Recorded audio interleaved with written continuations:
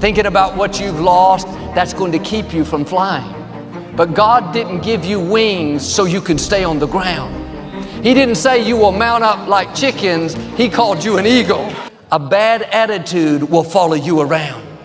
You can change jobs, think other people are the problem, but sometimes we have to look inside and see if we're the problem. Do I have a sour attitude? Am I being hard to get along with? Am I focused on the negative, being critical? What direction is your attitude taking you in your marriage, in your relationships? Are you kind, respectful, fun to be around? In your career, are you positive, being your best, helping others? Or do you need to make an adjustment?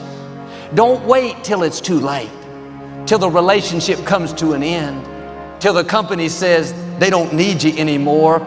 Make the changes now. Get rid of anything you know that's holding you back. Being negative, finding fault, that old attitude doesn't smell good. It's going to taint you everywhere you go. This couple moved into a new neighborhood. One morning while they were eating breakfast, the lady looked out the window and saw her neighbor hanging the wash on the line to dry. And she noticed the wash was so dirty and so dingy.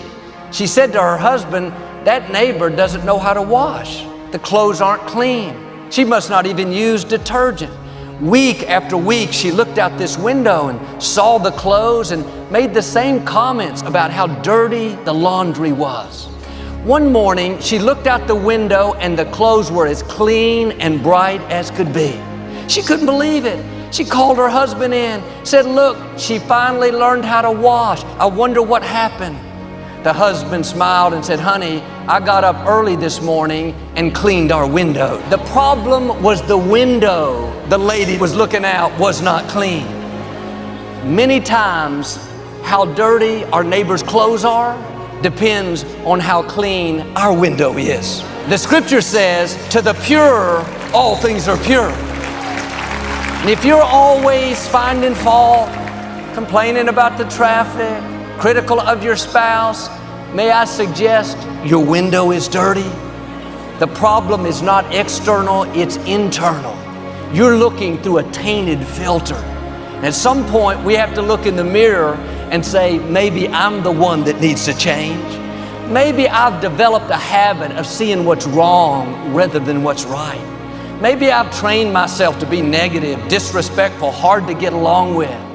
92-year-old man was moving into a senior's home. He could see images, but he was technically blind. His wife of many years had just passed, and after waiting in the lobby for some time, this young lady, a nurse, came to take him to his new room. As he maneuvered his walker through the hallways, the nurse began to describe his room in great detail. She said, "It has a beautiful window, a big couch, a nice desk area," and right in the middle, he interrupted her and said, "I love it, I love it, I love it." She kind of laughed and said, "Sir, we're not there yet. You haven't seen the room. Hang on just a minute." He said, "No, whether I like my room or not doesn't depend on how the furniture is arranged. It depends on how my mind is arranged. And I've already made up my mind I'm going to like it." That's the way we should live. I've already made up my mind to enjoy this day. I've already made up my mind to have a blessed year. Life is too short to live negative, sour, letting circumstances dictate our attitude. Every morning you need to make the decision, this is another day the Lord has made. "Well, Joel, I'm discouraged because I've had bad breaks. I had a rough childhood. A friend walked out of a relationship. I went through an illness." We can all find a reason to live sour, to have a chip on our shoulders. You have to learn to let things go.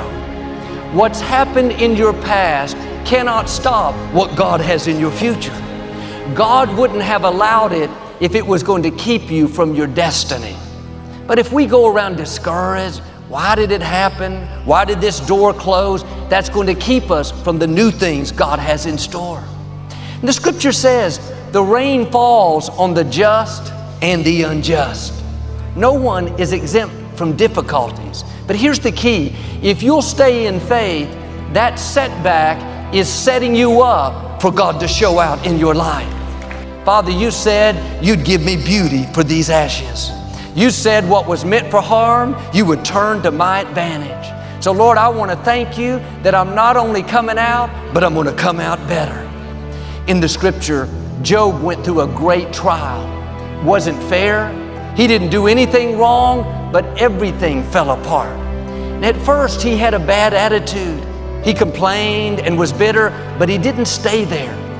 When it looked like he was done, like there was no reason to have hope, he looked up to the heavens and said, I know my Redeemer lives. He was saying, I know God is still on the throne. I know He's bigger than what I'm facing.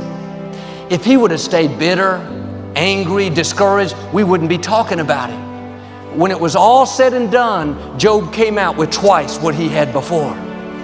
In difficult times, it's tempting to get sour. Joel, I was doing the right thing, had this bad break. This setback came out of nowhere. You have to do like Job. Put your foot down and say, I refuse to go through life with a bad attitude. I am not going to let what happened to me, who did me wrong, what I didn't get, keep me from becoming all I was created to be. God, I know you being for me is more than the world being against me. That's what allows God to show out in your life. But too often, we're holding on to the hurts, disappointments, the things we don't understand. That poisons our attitude, steals our passion. You have to let it go. This is a new day. The scripture talks about how God created you to be like an eagle, to soar. What's interesting is an eagle doesn't eat anything that's dead. Unlike other animals that will eat a carcass, a coyote that will eat a dead cow, an eagle only feeds off of live foods, swoops down to the ocean and picks up a live fish. If you're going to be an eagle, if you're going to soar, you can't go back to the dead things in your life. Too many people are feeding off of what didn't work out, reliving the disappointments, the mistakes, the bad breaks. When they wake up, first thing they think about, who hurt them, the people that did them wrong. Quit feeding off that dead food. You can't put poison into your spirit and live a victorious life. Let it go. That's over and done. Now start feeding on live food. You know what's alive? You know the healthiest food you can put in your spirit? Promises from the scripture. What are you feeding on? Pay attention to what you're putting in your spirit. You're called to be an eagle, but sometimes we're acting like a chicken. Do you know a chicken will eat its own waste? A chicken feeds off of what's been discarded, off of what's supposed to be trash. Maybe that's why a chicken has wings, but it can't really fly. It holds on to what it should have released. You need to view the negative things in your life as waste. No, God doesn't waste it, but you're not supposed to feed on it. It's over, you've been through it, you've eliminated it, now move on. Don't go back to what you've released. If you're always feeding off of what's been discarded, reliving old hurts, thinking about what you've lost, that's going to keep you from flying. But God didn't give you wings so you can stay on the ground. He didn't say you will mount up like chickens. He called you an eagle. How high could you fly if you didn't have contaminants holding you back? It's time to find out. Get up every morning.